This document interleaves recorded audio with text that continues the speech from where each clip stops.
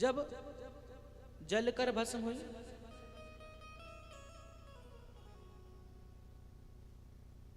तो भगवान शंकर को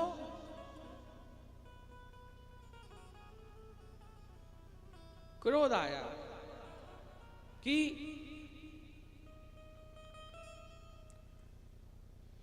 भगवान शंकर की आंखों में अश्रु आ रहे हैं, और अश्रु इसलिए नहीं आ रहे कि माता सती ने प्राण त्यागे, माता सती के प्राण चले गए। भगवान शंकर को आंसू इस बात के आ रहे हैं कि माता सती ने प्राण तो त्यागे, और किस में त्यागे? हवन कुंड में।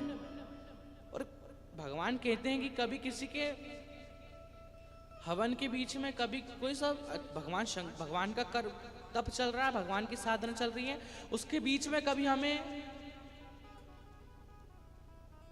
कुछ गड़बड़ नहीं करनी है, कभी उसमें हमें दखल नहीं देना। क्योंकि जब हम भगवान के कार्य में दखल देते हैं तो भगवान फिर आपकी नहीं सुनता। भगवान फिर क्या करेगा? क्योंकि भगवान कहते हैं कि भले शिव पुराण से डरना नहीं डरना मत डरो, अपने माता पिता से नहीं डरना मत डरो, भगवान से नहीं डरना मत डरो, लेकिन अपने कर्म से जरूर डरना, क्योंकि कर्म का भोग तो परमात्मा को भी भोगना पड़ता है। कर्म से जरूर डरना।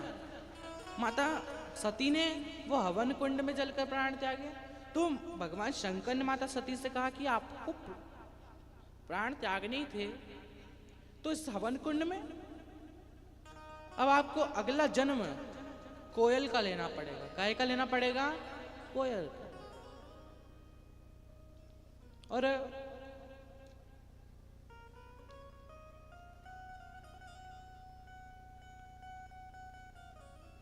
आपको कोयल का जन्म लेना पड़ेगा।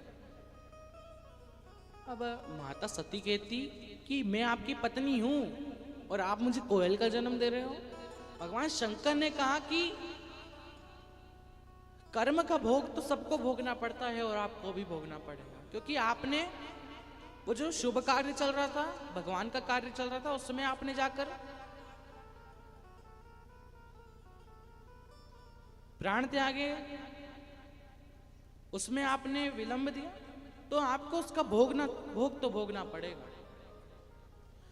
अब माता सती का जन्म कोयल के रूप में हुआ, लेकिन माता सती ने पूछा कि मैं कोयल के रूप में मैंने जन्म तो ले लिया, लेकिन मुझे वापस आपको पाना है तो कैसे पाऊंगी? कहा कि जब कोकिला अधिक मास पड़ेगा तब तुम मेरा भजन करना और मैं तुम्हें अपने पति के रूप में वापस मिलूंगा। और आया समय, कोकिला अधिक मास आया और माता सती ने भगवान शंकर की आराधना करी, भगवान शंकर की आराधना करी, भगवान शंकर में ध्यान लगाया कोयल के रूप में, और माता सती को उस योनि से मुक्ति मिली। और जैसे ही मुक्ति मिली